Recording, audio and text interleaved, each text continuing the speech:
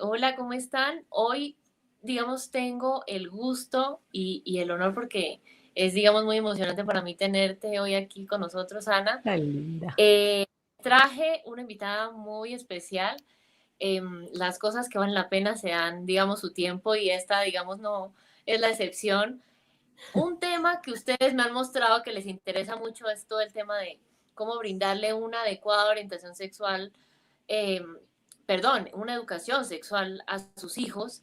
Y justamente por eso estuve pensando mucho este año que era importante profundizar en eso un poco con algunas personas que estuvieran más especializadas en eso. Entonces hoy tenemos con nosotros a Ana, que va a estar en tres espacios así, digamos, cortos, pero muy nutritivos para hablar de estos temas. Entonces, Ana, ¿cómo estás? Y cuéntanos un poco, digamos, de qué es lo que compartes tú a nivel de todo el tema de sexología con las familias, con las parejas, para los que no te conocen. Bueno, no, yo soy Ana Sofía Giraldo, soy sexóloga, trabajo en todo el tema de educación sexual y erótica desde el 2009, desde el 2009. Ya van a ser 16 años y en este proceso, pues realmente yo he trabajado muchísimo con mujeres adultas, he trabajado con parejas adultas y en este proceso de trabajar con estas personas adultas empecé a notar que muchas de las dificultades venían desde sus infancias o desde sus momentos, pues como más cuando estaban en sus hogares, pues entonces todas estas creencias y todas estas cosas venían y tenían raíz ahí. Entendiendo esto, hace cerca de 10, 11 años aproximadamente, hice todo una profundización en educación sexual infantil, pues como para tomar, pues como plantar nuevas semillas. Entonces, desde hace más o menos esa época, 10 años llevo dictando educación sexual infantil para papás, mamás y cuidadores, también de adolescentes. Entonces, mejor dicho, trabajo las esferas de los seres humanos en sexualidad. Pero esta es una de las que más me apasiona porque es, como quien dice, sembrar nuevas semillas para lograr que estos árboles crezcan sanos, fuertes y como robles que puedan mantenerse en el tiempo. Entonces, es a lo que también me he dedicado.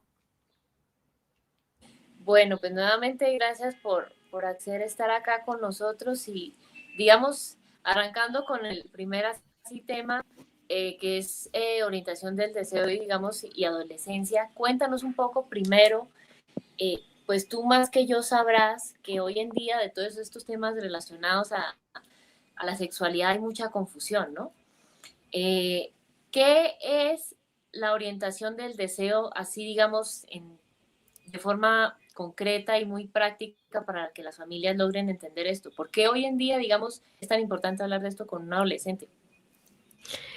Ahí tenemos la orientación del deseo, es la configuración de a dónde, a quién quiero yo. Lo podríamos como simbolizar con el corazón, es decir, mi corazón, ¿por quién late? ¿Por qué sí tipo de seres humanos late? Entonces, en esa orientación del deseo vamos a tener las personas que son heterosexuales. Por ejemplo, Gina, ¿tú eres una mujer o no eres una mujer? Yo, ¿Tú te sí, yo me sientes como reconozco. mujer? Tú te Sí. sientes como mujer, tú te ves como mujer. Listo. Entonces, tú, al igual que yo, seríamos mujeres cisgénero. Listo, esto, para poder hablar de la orientación del deseo, también tenemos que entender otro tema que se llama identidad de género, que la identidad de género efectivamente esto que estoy explicando, es como yo me siento sobre mí mismo. Entonces, vamos a empezar. Si yo me veo como mujer, así como me veo en este momento, y yo me siento como mujer, entonces yo voy a ser una mujer cisgénero. Si yo me veo como mujer, pero me siento como hombre, entonces yo seré de pronto un ser humano que quiere iniciar un tránsito para que mi parte externa y la forma en la que me siento tengan una concordancia. Y ahí es donde vamos a hablar de personas trans, ¿cierto? Ahí para entender, solo hablando desde lo binario, que es hombre y mujer, hay otro tipo de clasificaciones en identidad de género, pero dejémoslo ahí, pues hay en otras, en las no binarias están las personas de género fluido y otras tantas clasificaciones. Dejémoslo en las dos primeras para poder tener como herramientas para entender ahora la orientación del deseo. Si yo como mujer cisgénero me enamoro de un hombre cisgénero, entonces yo voy a ser una mujer heterosexual. Si yo como mujer cisgénero me enamoro de una mujer cisgénero, yo voy a ser una mujer homosexual. Si yo como mujer cisgénero me enamoro de un hombre cisgénero o una mujer cisgénero, voy a ser una persona bisexual.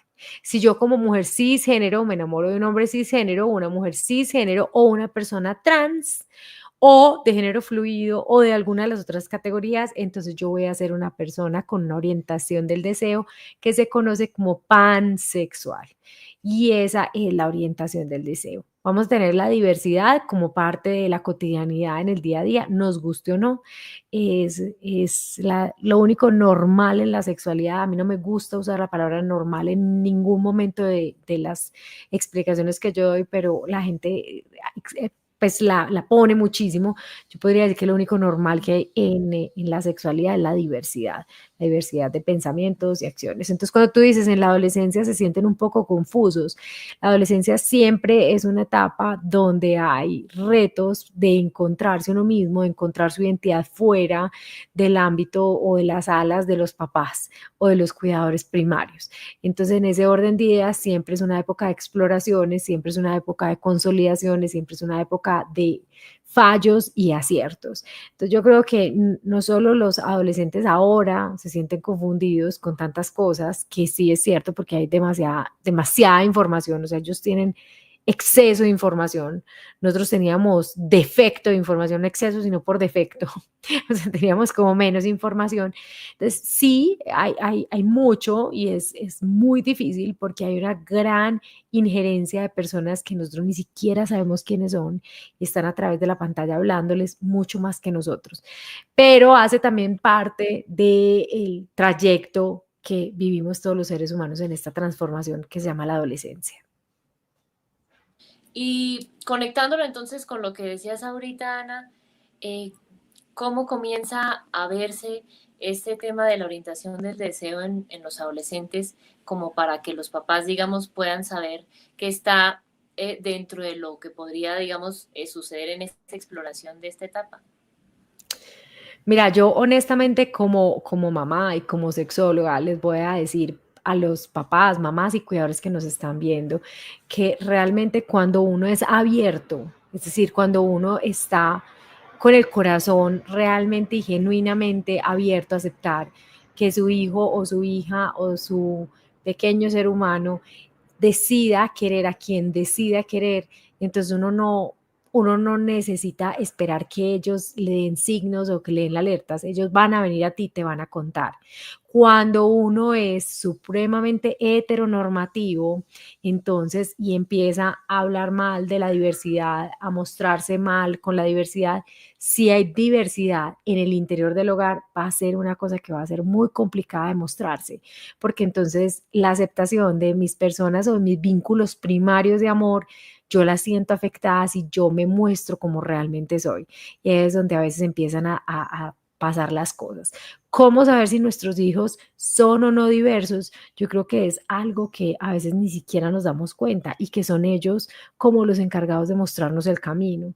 Independiente, lo ideal sería que independiente de lo que nuestros hijos quisieran, nosotros estuviéramos abiertos a recibirlo con tranquilidad, sobre todo porque, por ejemplo, en personas diversas, ya sea en identidad o en orientación del deseo, las enfermedades mentales disminuyen drásticamente en probabilidades de ocurrencia cuando el vínculo primario los acepta tal cuales son, así sean diversos o como nosotros creemos que debería ser, que es la heteronorma. Y entonces, para cerrar, digamos, así rápidamente este tema, eh, tú sabes que alrededor de la adolescencia, digamos, hay muchos miedos, muchas preguntas para los papás y este tema pues claramente es uno de los que más les preocupa. ¿Cuál podría ser ese tip, digamos así, que tú sientes que podría ayudarles para poder saber guiar a sus hijos desde el respeto en esto?